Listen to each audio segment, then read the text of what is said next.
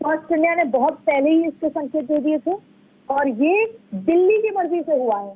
अभी भी जयपुर के, राजस्थान के कांग्रेस के बड़े जाट नेता ये नहीं चाहते थे और उसमें आपको बता दें गोविंद सिंह डोटासरा, हरीश चौधरी, यहाँ तक दिव्या मदेरणा, ये लोग नहीं चाहते थे।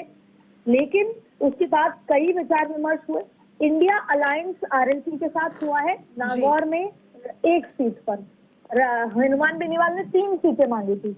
हनुमान बेनीवाल को इस बीच में तरह तरह के ऑफर भी किए गए। पाली से चुनाव लड़ने का भी ऑफर किया गया जब जाट नेता नहीं माने।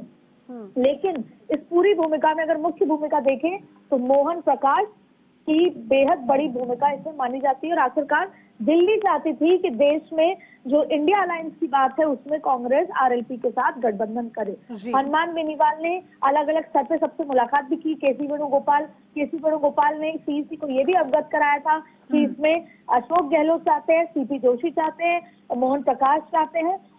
लेकिन जो लीडर है जो राजस्थान के वो नहीं चाहते थे। लेकिन आरएलपी को यहाँ पर सीट दे दी गई। ये साफ है कि हनुमान बेनीवाल यहाँ से चुनाव लड़ेंगे। ऐसे में 3 सीटें अभी अनाउंस हुई हैं और शायद आज अगर ये लिस्ट अनाउंस हुई है इसमें मुख्य कारण राजस्थान का था कि आरएलपी को गठबंधन अनाउंस करना था आरएलपी के साथ। इसके अलावा आपको बता दें कि देखिए 46 नाम यहाँ पर सामने आए हैं जिसमें असम है, अंडमान निकोबार है, छत्तीसगढ़ है, जम्मू कश्मीर है, मध्य प्रदेश के कई नाम इसमें शामिल है, महाराष्ट्र के नाम शामिल है और इसके साथ साथ मणिपुर भी है, मिजोरम भी है। और इसमें महत्वपूर्ण बात यह है कि इस पर आलाकमान की मोहर लगने के बाद ये लिस्ट सामने आई है क्योंकि अब चुनाव में समय कम है। तमिलनाडु से भी यहाँ पर नाम सामने आए हैं और उत्तर प्रदेश की भी लंबी फहरिस्त यहाँ पर दिखाई दे रही है जिसमें झांसी है, अमरोहा है, सहारनपुर है और साथ में फतेहपुर सीकरी है, बाराबंकी है और बाराबंकी से तनुज पूनिया को दिया गया है और देवरिया से है। और इसके साथ साथ तमाम तरीके के वाराणसी उत्तर प्रदेश यानी अजय राय प्रधानमंत्री नरेंद्र मोदी के सामने चुनाव लड़ेंगे। फिर वहीं उत्तराखंड से भी प्रकाश जोशी, वीरेंद्र रावत, प्रिया राव चौधरी के नाम भी यहाँ पर हरिद्वार नैनीताल से सामने किए हैं। 40 नामों की सूची कांग्रेस की तरफ से की गई है और राजस्थान की अब कोई सीट ही नहीं होगी। और राजस्थान में 16 नाम पहले आ गए थे, 4 नाम अभी आ गए हैं, बचे हुए 5 नाम। उसमें राजसमंद में भी आज नाम आना था लेकिन सीपी जोशी ने किसी बात पर हस्तक्षेप किया क्योंकि जो नाम था वो कहीं ना कहीं चुनाव जीतने के स्तर पर नहीं नजर आ रहा था। ऐसी स्थिति में उस टिकट को भी होल्ड किया गया। अदिति ये समझाइए क्योंकि अगर खासतौर पर राजस्थान की ही इस सूची में नाम जो आए हैं उनका जिक्र करें और नागौर का अगर जिक्र करें, नागौर हमेशा से हॉट सीट रही है, आरएलपी के लिए छोड़ा गया है, तो ये तीसरी दफा होगा अदिति जब नजर आएंगे हनुमान बेनीवाल वर्सेस ज्योति मिर्धा। पर पहले मामला उल्टा था। पहले ज्योति मिर्धा कांग्रेस से चुनाव लड़ी थी और हनुमान बेनीवाल बीजेपी के समर्थन में चुनाव लड़े थे और तब मामला उल्टा था और बहुत ही कट्टर मामला था। लेकिन वही अब मामला एकदम उल्टा हो रहा है। इस बार बहुत सारी जगह देखने को मिला है। इस बार जैसे अगर ज्योतिरादित्य सिंधिया की बात करें तो वो भी जहां से चुनाव लड़े जिसका टिकट कटा बीजेपी से, पहले वो बीजेपी की तरफ से प्रत्याशी थे ज्योतिरादित्य सिंधिया कांग्रेस की तरफ से, लेकिन इस बार ज्योतिरादित्य बीजेपी की तरफ से। ठीक वैसे अगर नागौर की बात करें, अच्छा देखिए बहुत महत्वपूर्ण बात क्या है इसमें, भारतीय जनता पार्टी ने ज्योति मिर्धा को विधानसभा चुनाव में लिया जाट वोट बैंक के लिए। ज्योति मिर्धा केवल और केवल इस शर्त से एंट्री की वो लोकसभा चुनाव लड़े, लेकिन उनको ऑफर किया गया कि आप विधानसभा भी लड़िए, जो भी रिजल्ट होगा आपको लोकसभा लड़ाया जाएगा। लेकिन ज्योति मिर्धा चुनाव लड़ी, हारी, उसके बाद उनको लोकसभा दे दी गई। उस लोकसभा से पहले एक राजस्थान से जुड़े जो दिल्ली में बहुत बड़ी उसमें पोस्टेड है, बड़े राजनीतिक बड़े नेता हैं, उन्होंने लालचंद कटारिया सहित कई सारे जाट नेता खास तौर पर जो नागौर में अपनी पकड़ रखते हैं, जैसे मिर्धा परिवार की बात करें, उनको अपनी तरफ लिया। भारतीय जनता पार्टी स्ट्रेटेजिक है, पहले से ही चाह रही थी कि पूरे जो नागौर इलाके के जाट हैं वो आ जाएं और ये विधानसभा से चल रहा था। विजयपाल मिर्धा विधानसभा में जाते जाते रह गए थे। लेकिन अब ऐसी स्थिति में सवाल ये उठता है कि जब कांग्रेस आरएलपी साथ है, यानी कांग्रेस और आरएलपी का वोट बैंक साथ आएगा, 1.5 लाख, हनुमान बेनीवाल दावा करते हैं कि 1.5 लाख वोटर उनके अलग है, तो ऐसी स्थिति में कांग्रेस के कौन नेता इनको सपोर्ट करेंगे? क्या गोविंद सिंह डोटासरा प्रदेश अध्यक्ष हैं तो सपोर्ट करना चाहिए, लेकिन वो विरोध में थे। लेकिन अब क्योंकि स्थिति अलग है तो शायद सपोर्ट करें। वहीं हरीश चौधरी जाट नेता है, दिव्या मदेरणा और हनुमान बेनीवाल की तलखियां हमने विधानसभा चुनाव में देखी है जी। इसके अलावा चेतन डोडी नागौर से भीड़वाना से विधायक रह चुके हैं। और एक बहुत महत्वपूर्ण नाम इसमें आता है जो है यूनुस खान का नाम जी। देखिए, चेतन डोडी, यूनुस खान, हनुमान बेनीवाल, ये वो लोग हैं जो नहीं चाहेंगे कि ज्योति मृधा चुनाव जीते। ऐसी स्थिति में जो एक समय आमने सामने थे वो आज एक साथ हो सकते हैं जी। अब यूनुस खान क्या कांग्रेस को सपोर्ट करेंगे ज्योति मृधा के खिलाफ? फिर सवाल आता है मुकेश भाकर क्या ज्योति मृधा के खिलाफ हनुमान बेनीवाल को सपोर्ट करेंगे? ये बहुत सारे यक्ष प्रश्न हैं जो सामने खड़े हैं। ऐसी स्थिति में ये बहुत ही रोचक मुकाबला होने वाला है। अच्छा दीदी, ये बताइए, जो गठबंधन किया है जिसके बारे में जानकारी तो थी लेकिन सिर्फ औपचारिक ऐलान का इंतजार था, इस गठबंधन के बाद में नागौर के अलावा क्या और भी कुछ सीटें हैं जिससे प्रभाव पड़ेगा कांग्रेस के हक में? क्या बाड़मेर, पाली, बीकानेर ये वो सीटें हैं जिस पर कहा जा सकता है कि राष्ट्रीय लोकतांत्रिक पार्टी के साथ जो गठबंधन कांग्रेस का हुआ है उससे प्रभाव पड़ेगा कांग्रेस के लिए? जाहिर तौर पर यही सोच के किया गया है, यही सोचकर अलायंस किया गया। हालांकि हनुमान बेनीवाल ज्यादा सीटें मांग रहे थे। हनुमान बेनीवाल चाहते थे कि वो बाड़मेर से भी चुनाव लड़े, वो 3 सीटें मांग रहे थे। अलायंस एक ही सीट में हुआ, लेकिन जोधपुर में भी इसका इम्पैक्ट देखने को मिलेगा ऐसा कांग्रेस सोचती है। बाड़मेर में भी इसका इम्पैक्ट देखने को मिलेगा किसके सामने?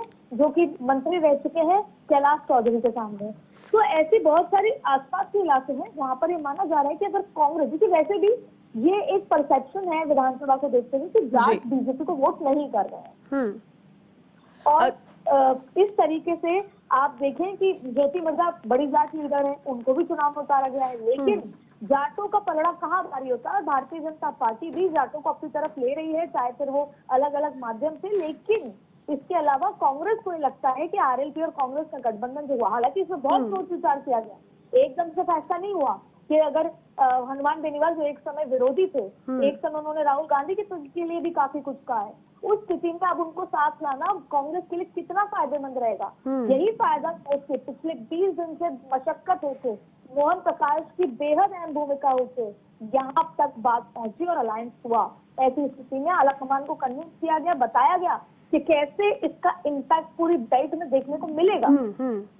लेकिन अब ये वोट में कन्वर्ट होता नहीं होता, बात अलग है। लेकिन ज्योति मृधा की भी अब साख की लड़ाई है और वहीं हनुमान बेनीवाल और कांग्रेस की साख की लड़ाई है, जहां पर नरेंद्र मोदी का चेहरा है। और आपको एक और बड़ी खबर बता दूं, हालांकि अभी इस पर मोहर लगनी बाकी है, लेकिन सूत्रों के हवाले से ये भी खबर है कि कांग्रेस चुनाव कैंपेन कमेटी के चेहरे को, जो चेहरा होंगे, चेयरमैन जो होंगे, वो अशोक गहलोत को बनाने वाले हैं जी। तो यानी कि एक तरफ राजस्थान में नरेंद्र मोदी का चेहरा तो दूसरी तरफ अशोक गहलोत, साथ में सचिन पायलट है, बड़े दिग्गज चेहरे होंगे, लेकिन चेयरमैन अशोक गहलोत को बनाने की पूरी तैयारी है, क्योंकि अशोक गहलोत चुनाव प्रचार में रहेंगे। तो मोदी वर्सेस अशोक गहलोत में किस तरीके से वोट बन जाता है? लेकिन नरेंद्र मोदी लोकसभा के बड़े चेहरे हैं, प्रधानमंत्री हैं, उनकी एक्सेप्टेबिलिटी एज प्रधानमंत्री बहुत बड़ी है, तो वो प्रत्याशियों को बहुत मदद मिलने वाली है। लेकिन ये मुकाबला बहुत ही रोचक रहने वाला है। रोचक मुकाबला जोधपुर में भी होगा, रोचक मुकाबला बहुत सारी जगह आपको देखने को मिलेगा। लेकिन जाहिर तौर पे नागौर एक बहुत रोचक होगा, क्योंकि हनुमान बेनीवाल पहले एनडीए के साथ गए, अब कांग्रेस के साथ आए, इंडिया अलायंस के साथ आए। ऐसी स्थिति में ज्योति मृधा और ये जो बीजेपी की लड़ाई है कांग्रेस के साथ, आरएलपी के साथ, तो क्या रंग लाती है ये आने वाला समय बताएगा। बिल्कुल अदिति, पूरी सूची सभी के सामने। लेकिन अदिति, एक और सवाल इससे जुड़ा हुआ है, क्योंकि चौथी सूची जारी हो गई है, 46 नामों की सूची है। तो मध्य प्रदेश के राजगढ़ से दिग्विजय सिंह को भी टिकट मिला है, तो तमिलनाडु की शिवगंगा से कार्ति चिदम्बरम को टिकट मिल गया है। इन नामों को, जो कि हमेशा से चर्चाओं में रहे हैं, बड़े नाम हैं, इन नामों का लिस्ट में रहना किस तरह से देखते हैं इसे? बिल्कुल देखिए दरअसल जाहिर तौर पर कांग्रेस की जरूरत है कि वो अपने बड़े चेहरों को उतारे। जैसे केसी वेणुगोपाल का उतारा, उनके जोड़े सूत्र कहते हैं कि वो नहीं चाहते थे चुनाव लड़ना, लेकिन राहुल गांधी ने कहा। और केरल में बीजेपी ने अपनी लड़ाई तेज कर दी। केरल के गढ़ में बीजेपी जिस तरीके से एंट्री मार रही है संगठन के लिहाज से, कांग्रेस की जरूरत है कि वो केरल को बचा के रखे। तो ऐसी स्थिति में बड़े शहरों को उतारा। मध्य प्रदेश में आप देखिए जिस तरीके से जीत हुई है विधानसभा में, उस समय लग रहा है कि मध्य प्रदेश कांग्रेस के हाथों से बिल्कुल निकल चुका है। और दिग्विजय का चुनाव में उतरना ही जाहिर तौर पे अपने आप में एक बड़ी बात है, इसका इम्पैक्ट होगा। और वही जैसा आपने कहा कार्तिक चिदम्बरम, बहुत इम्पैक्ट उनको देखने को मिलेगा। और देखिए भारतीय जनता पार्टी के पास प्रत्याशी बहुत है, क्योंकि नरेंद्र मोदी के चेहरे पर सब चुनाव जीतने की विश्वास रखते हैं। लेकिन कांग्रेस में चुनौती यह है कि चेहरे भी कम है, बड़े चेहरे चुनाव नहीं लड़ना चाहते, और फिर जीत की जो जैसे वो कहते हैं कि जीत की एक्सेप्ट, वो भी जरूरी नहीं है कि जीत की ही जीत हो, तो एक्सपेक्टेड नहीं है कि जीत हो। तो ऐसी स्थिति में प्रत्याशियों को तैयार करना भी आसान नहीं है। चुनाव में जितना बड़ा पैसा खर्च होता है वो पार्टी के पास है भी नहीं। तो ऐसी स्थिति में प्रत्याशियों को तैयार करना, बड़े चेहरे हैं जो आपके मार्जिन को कम कर सकते हैं। बिल्कुल अदिति, और कॉन्सिक्वेंसेस क्या होते हैं, क्योंकि चुनौती एक ये भी है कि जिनका मोहभंग हुआ है पार्टी से उन्हें भी रोक कर रखा जाए। अदिति, वाराणसी से प्रधानमंत्री नरेंद्र मोदी के सामने जो उम्मीदवार होंगे कांग्रेस के, उनका नाम भी सामने आ गया है, वो भी तस्वीर स्पष्ट हो गई है। यूपी कांग्रेस अध्यक्ष अजय राय वो नाम है जो प्रधानमंत्री नरेंद्र मोदी के सामने होंगे लोकसभा चुनाव में। तो ये पूरा विश्लेषण इन 46 नामों पर, राजस्थान के भी 3 नाम और राजस्थान के उन 3 नामों पर जिन पर संशय बना हुआ था उनकी तस्वीर भी स्पष्ट हो गई है। जयपुर रूरल से, जयपुर ग्रामीण से अनिल चोपड़ा, तो वहीं करौली धौलपुर से भजनलाल जाटव, नागौर की सीट राजस्थान की हॉट सीट, लोकसभा की सीटों में 25 सीटों में राजस्थान की नागौर सीट पर हमेशा सभी की निगाहें होती है और इस बार भी यहां पर समीकरण बदलते हुए राजनीति के रंग के तौर पर नजर आए। राष्ट्रीय लोकतांत्रिक पार्टी के लिए सीट को रखा गया है। जानकारियां लगातार सामने आ रही थी, एक औपचारिक ऐलान होना बाकी था। हमारे साथ ब्यूरो चीफ नरेश शर्मा जुड़ गए। नरेश जी, राजस्थान के हक में भी जो इंतजार था 3 सीटों का, खासतौर पर हॉट सीट्स पर, वो खत्म हुआ है। नागौर की सीट राष्ट्रीय लोकतांत्रिक पार्टी के साथ गठबंधन जिसके औपचारिक ऐलान का इंतजार था वो हो गया है। कैसे देखते हैं इस 3 नामों के इस पूरे पैनल को? देखिए, जिस तरह से सूची जारी हो रही है, 3 नाम या उससे पहले 5 नाम आए थे और उसके बाद में 1 सीट छोड़ी गई थी, तो इसको देख के लग सकता है कि कांग्रेस रणनीतिक रूप से एक कदम आगे बढ़ा रही है। पिछली सूची पे अगर आपने नजर डाली तो उसमें सीकर की सीट है वो सीपीआईएम को दी गई थी, वो गठबंधन के तहत दी गई थी। अब जो तीसरी सूची आई है आज, उसमें सिर्फ 3 जो लोकसभा सीट है उनका जिक्र है। टिकट जो है वो 2 को दी गई है कांग्रेस की तरफ से, जयपुर ग्रामीण और करौली धौलपुर, और नागौर की सीट पे तय हो गया है कि अब आरएलपी यहाँ से अपना चेहरा उतारेगी। लंबे समय से ये कशमकश थी कि क्या जो स्थानीय जो राजस्थान के जो कांग्रेस के कुछ नेता है उनके दबाव के कारण क्या आरएलपी से गठबंधन हो पाएगा, नहीं हो पाएगा। लेकिन आखिरकार जिस तरह से कल ही गोविंद सिंह डोटासरा ने संकेत दे दिए थे कि आला कमान के स्तर पे ये फैसले हो रहे हैं, चाहे सीकर की सीट हो चाहे नागौर की सीट हो, तो उसके तहत अब आरएलपी है वो कांग्रेस से गठबंधन करके आगे बढ़ेगी।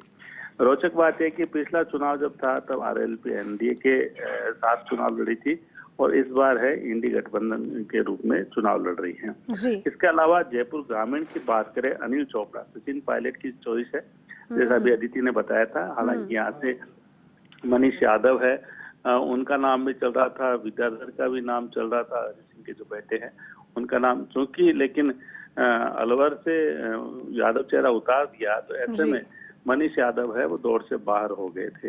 लेकिन जो पीसी चीफ है वो कुछ और नए नाम भी लेके आए थे, लेकिन आखिरकार चूंकि सचिन पायलट है उनकी इस टिकट पे चली है उनकी टीम के सदस्य अनिल चोपड़ा, और उन्होंने पिछली बार भी कोशिश की थी, पिछली बार से भी वो लगातार प्रयास कर रहे थे कि उनको टिकट मिले, और उन्होंने हमेशा जयपुर ग्रामीण से लोकसभा की ही दावेदारी की। तो एक नया चेहरा यहाँ उतारा गया है, यानी कि एक बार फिर जो नए चेहरे पे दाव खेला गया है। लेकिन जहां तक करौली धौलपुर का सवाल है, भजनलाल जाटव देर से जो विधायक थे, लेकिन पिछला चुनाव हार गए, मंत्री थे गहलोत सरकार में। अब उनको जो हारे हुए जो विधायक है उनको सांसद पे चुनाव लड़ाया जा रहा है, क्योंकि जो करौली धौलपुर वहाँ के जो जातिगत समीकरण है उन समीकरणों को देख के फैसला लिया गया है। हालांकि जो करौली धौलपुर के कुछ कांग्रेसी नेता है वो दबे सुर में विरोध कर रहे थे कि कोई बाहर का यहाँ से चुनाव नहीं लड़ना चाहिए, लेकिन जो पार्टी है उन्होंने फैसला किया है कि भजनलाल जाटव है वो ही यहाँ से चुनाव लड़ेंगे। अभी और भी जो सीटें हैं वो बाकी है जो कांग्रेस को घोषित करनी है, खासकर जो दौसा की सीट है जहाँ पे माना जा रहा है कि मुरारीलाल मीणा का नाम लगभग तय है, लेकिन भाजपा की सूची का इंतजार किया जा रहा है। तो जो बाकी बची सीटें हैं वो भाजपा की जो उम्मीदवार है उनके इंतजार के लिए होल्ड पे रखी गई है, उसके बाद इनको लेकर फैसला होगा। तो चूंकि अब नामांकन शुरू हो चुका है, अब 2 दिन जो होली का अवकाश उसके बाद नामांकन होगा, उससे पहले कांग्रेस चाहती है कि तमाम जो सीटें जिन पर एक्सरसाइज हो चुकी है, जिनका पैनल तय हो चुका है और जो बाकी जो बची है उन पे भी नाम तय है और विकल्प के रूप में भी नाम रखे गए हैं, तो जैसे ही भाजपा के नाम आएंगे कांग्रेस की तरफ से भी नाम घोषित हो जाएंगे। बड़ी चीज ये है आरएलपी को सीट दी गई है नागौर की, जहाँ पे अलग कुछ जो विरोध भी हुआ था स्थानीय कांग्रेस नेताओं के द्वारा, लेकिन अब आरएलपी यहाँ से किसको उम्मीदवार उतारती है, क्या खुद हनुमान बेनीवाल चुनाव लड़ते हैं या फिर वो अपनी पत्नी को चुनाव लड़ाते हैं या अपने भाई को चुनाव लड़ाते हैं, ये देखना होगा। तो यहाँ पे चूंकि आरएलपी को जो सीट दी गई है तो कांग्रेस का ये मानना है कि हनुमान बेनीवाल को ये सीट देने से आसपास की जो सीटें हैं या वो सीटें जहाँ पे हनुमान बेनीवाल आरएलपी का वोट बैंक है कम या ज्यादा, जो विधानसभा चुनाव में भी देखने को मिला था, तो उसका फायदा कांग्रेस को मिल सकता है। तो किसान वर्ग को साधने के लिए कांग्रेस ने दाव खेला है और इसी तरह का दाव पिछली बार भाजपा ने खेला था और हनुमान बेनीवाल को सीट दी थी। इस बार कांग्रेस ने हनुमान को सीट दी है, तो अब देखना ये होगा कि हनुमान यहाँ पे चेहरा किसको उतारते, खुद चेहरा होंगे या अपने परिवार से किसी अन्य चेहरे को मौका देंगे। तो जिस तरह से ये जो 2 सीटें अभी अनाउंस की गई है, अनिल चोपड़ा की और भजनलाल जाटव की, ये तो कांग्रेस के उम्मीदवार है और नागौर के लिए फैसला हो चुका है। अब एक फैसला है एक और गठबंधन की जो लगातार बात कर रहे हैं, आप पार्टी के साथ क्या गठबंधन रहता है, उसकी तरफ किस तरह से आगे बढ़ा जाता है, वो भी अभी देखना होगा कि क्योंकि अभी तक 2 सीटें ऐसी हुई है अब तक की जो हम बात कर ले 25 लोकसभा सीटों में से सीकर नागौर दोनों 5-5 सीटें हैं, दोनों कह सकते हैं कि किसान वर्ग का जो वोट है यहाँ बाहुल्य है। तो ऐसे में यहाँ का दोनों सीटें जब गठबंधन को दी गई है तो क्या कांग्रेस को इसका फायदा अन्य सीटों पे मिलेगा, ये भी देखना होगा। ठीक है नरेश जी, शुक्रिया आपका इस पूरी जानकारी के लिए।